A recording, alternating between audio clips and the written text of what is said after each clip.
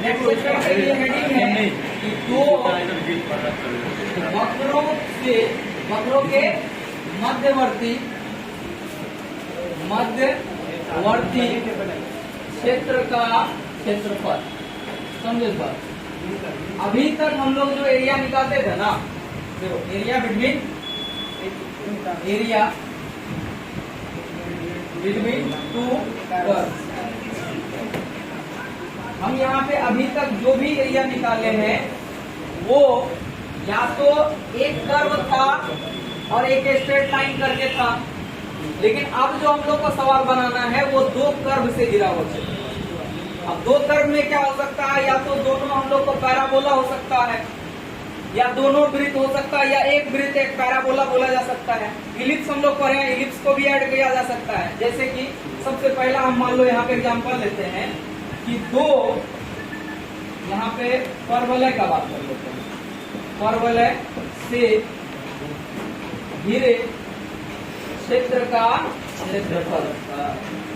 अगर ऐसा पूछा जाए तो देखो फिगर यहाँ से क्या बनेगा, अगर परवलय है तो दोनों को एक ही एक्सिस पे बनाएंगे तो बनेगा वो नदी बनेगा, उसे घिरेगा ही क्षेत्र नहीं। मतलब क्या है कि अगर ये वो एक्स पे है तो दूसरा कहाँ होना चाहिए, वाई पे होना चाहिए, तब ना घिरेगा क्षेत्र।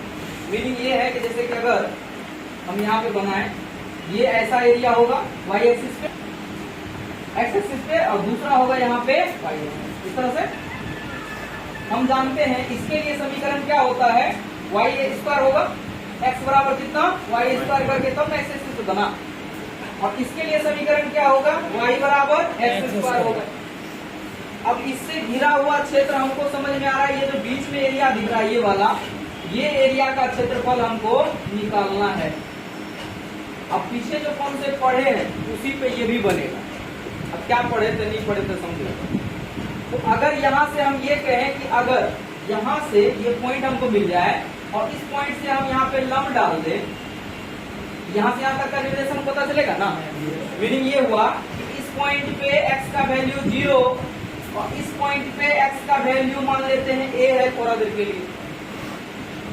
अब क्या बोले थे कि किसी भी वक्र में या किसी भी रेखा के समीकरण में जब हम लोग लिमिट लगाते हैं तो वो अपने से नीचे उस एक्सिस तक के क्षेत्रफल को बना करके देता है हमको।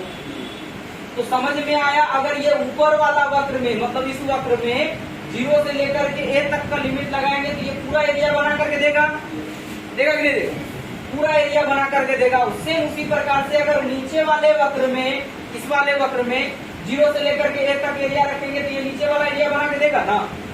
मतलब पूरा एरिया में क्या करना है, नीचे वाले एरिया को माइनस कर देना है। जो छायांकित भाग है जो हमको ओरिजिनल क्षेत्रफल चाहिए वो मिल जाएगा। फिर से समझना कि ऊपर वाला वक्र में अगर लिमिट लगाएंगे तो ये पूरा एरिया निकलेगा, नीचे वाला वक्र में अगर एरिया रखेंगे लिमिट तो ये वाला एरिया निकलेगा। तो बड़ा वाला एरिया में से छोटे वाले एरिया को घटा देंगे, हमारा छायांकित क्षेत्रफल निकल जाए। यही बात अगर ऐसा किया जाता, मान लो यहाँ पे क्या था, दो परवलय था। अब एक बार हम क्या करते हैं, एक वो वृत्त मिक्स कर देते हैं, वो परवलय ले लेते हैं। यहाँ पे मान लेते हैं कि एक जो है वृत्त है, वृत्त तथा एक परवलय से घिरे क्षेत्र का क्षेत्रफल, से घिरे क्षेत्र का अगर ऐसा होता तो सबसे पहले हम लोग परवलय का काम करेंगे, उससे पहले हम वृत्त बना लेते हैं। ये एक्स एक्सिस है, वाई है, एक्स डैश है और वाई ओरिजिन है, मूल बिंदु जिसको कह रहे हैं। तो सबसे पहले मान लेते हैं वृत्त, वृत्त जो केंद्र पर, जिसका केंद्र कहाँ होगा, मूल बिंदु पर होगा, ठीक है। अब ये पैराबोला जो है वो दो तरह से हो सकता है, या तो वो एक्स एक्सिस पे हो या तो वो वाई एक्सिस पे हो, कहीं भी वाई एक्सिस पे चाहे एक्स एक्सिस पे। तो हम थोड़ा देर के लिए मानते हैं ये एक्स एक्सिस पे है, इस तरह से ऐसा होगा ना। अब जो ये घिरा हुआ क्षेत्र यही कहलाएगा जी, ये वाला और ये वाला। अब यहाँ पे ज्यादातर ऐसे सवाल में होता है कि वो उभयनिष्ठ एरिया जो है प्रथम चतुर्थांश नहीं बोलता। अगर प्रथम नहीं बोलेगा पूरा एरिया निकालना पड़ेगा। पूरा एरिया का मतलब क्या हुआ, ये पूरा एरिया जो दिख रहा है यहाँ से लेकर के नीचे, ये पूरा एरिया चाहिए हमको। अब यहाँ पे प्रॉब्लम है कि किसमें कौन सा लिमिट लगाया जाएगा, वो बात समझना है, ध्यान देना। इसके लिए समीकरण बात करेंगे तो x square plus y square बराबर में ए स्क्वायर होता है, वृत्त का फॉर्मूला ये। और ये पैराबोला का फॉर्मूला क्या बनेगा, x बराबर वाई स्क्वायर, क्योंकि x एक्सिस पे है। हम यहाँ से अगर किसी तरह से इस पॉइंट को निकाल ले और इस पॉइंट को निकाल ले, मतलब दोनों एक ही पॉइंट है, एक ही बात है। यहाँ से अगर इसको खींच देते हैं तो हमको यहाँ से लेकर के यहाँ तक का लिमिट मिलेगा ना। यहाँ से लेकर के यहाँ तक का लिमिट इसमें रखेंगे तो ये अपने से नीचे का एरिया बना करके देगा, और यहाँ से लेकर के यहाँ तक का लिमिट रखेंगे वृत्त वाले में तो ये पूरा एरिया बना करके देगा। फिर दोनों को क्या करेंगे, ऐड कर देंगे। अगर प्रथम से दुकान में पूछेगा तो सिर्फ ऐड करना है, लेकिन अगर प्रथम का नाम नहीं लिया तो ऐड करके 2 से गुना कर देंगे तो नीचे वाला भी मिल जाएगा। थोड़ा देर के लिए हम यहाँ पे ये कर रहे हैं, इसमें मान लिए कि यहाँ पे x का मान कितना है 0, यहाँ पे मान लेंगे कि x का मान समथिंग कुछ a आ गया, और यहाँ पे समथिंग x का मान कितना b आ गया।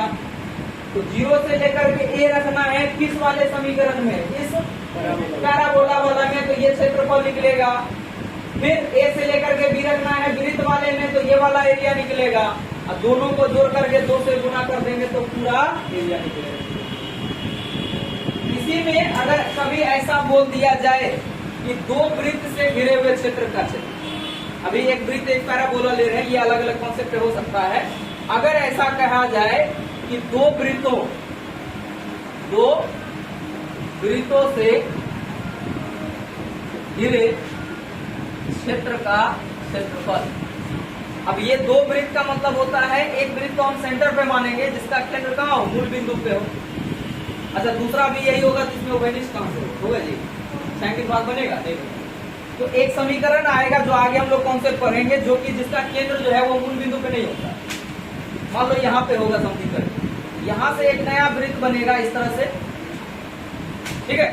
ये हमारा यहाँ से इसको कह दिए x एक्सिस है, ये y है, x डैश है, y डैश है, और ये ओरिजिन। छायांकित भाग दिख रहा है सब किसी को, छायांकित भाग कौन सा होगा, यही ना। और ये पिछले सवाल से ही बनाते आ रहे हैं, इसमें भी अभी देखे यही वाला था ना, ये वाला मछली वाला जो है वो क्षेत्रफल तय है। सेम बात इसी के लिए भी वही करना कि किसी तरह से ये पॉइंट हम निकाल लेंगे, यहाँ से जो नया लंब बनेगा, ये रेखा को अगर मिला देते हैं हम, यहाँ से ये एक नया पॉइंट मिलेगा ना। जैसे यहाँ पे मान लेते हैं कि यहाँ पे x बराबर 0 होता है, इस जगह पे x बराबर मान लो a होगा, इस जगह पे x बराबर क्या होगा b होगा। इस रेखा इस वृत्त का समीकरण हम लोग मालूम है कितना होता है, x square plus y square बराबर में a का स्क्वायर या r का स्क्वायर त्रिज्या।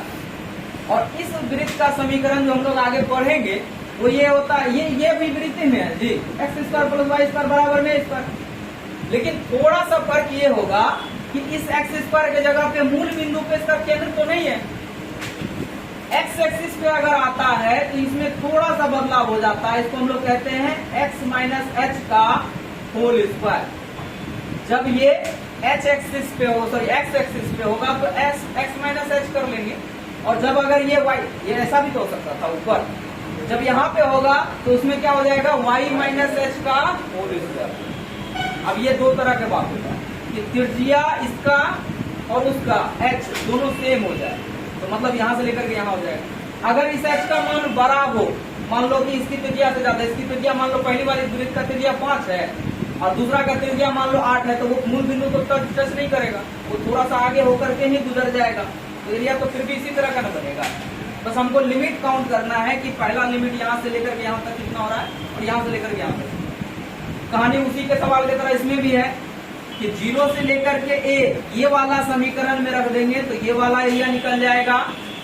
फिर a से लेकर के b इस समीकरण में रख देंगे तो ये वाला एरिया मिल जाएगा, यानी प्रथम एरिया और ये द्वितीय एरिया दोनों को जोड़ देंगे तो प्रथम चतुर्थांश में जो घिरा हुआ क्षेत्र वो निकल जाएगा। अगर प्रथम नहीं बोला तो 2 से गुना कर देंगे तो पूरा एरिया निकल जाएगा। क्लियर है?